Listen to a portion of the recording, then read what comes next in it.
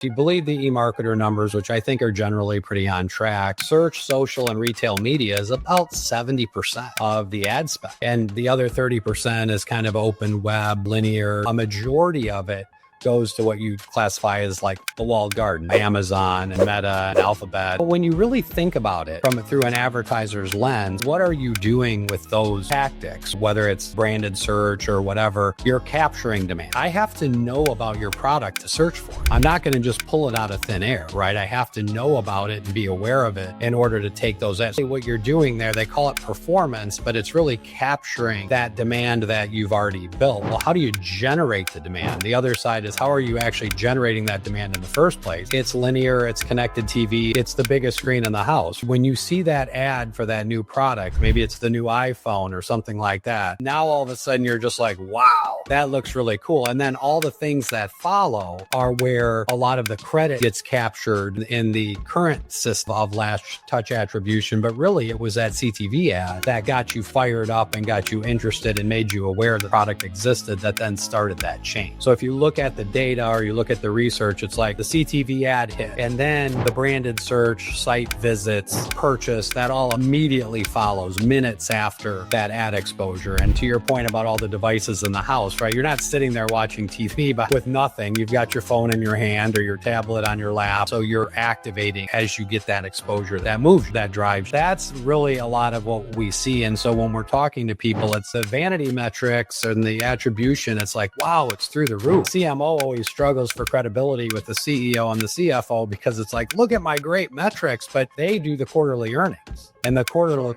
earnings aren't showing the growth. Well, if all these marketing metrics are amazing, but it's not translating into business growth and revenue, that's a problem. You got to balance that. We're not saying demand capture is not important, but is it 70% of what you want to do? I think it needs to be a little bit more balanced. You're filling the funnel and pulling it through at a little bit more equal clip, where thinking is starting to change. And clearly the biggest audience platforms are CTV and specifically live sport. If you look at any of the data, 92 of the top 100 shows were NFL. 92 of the top 100. Last year, that dropped to like 83 or something like that.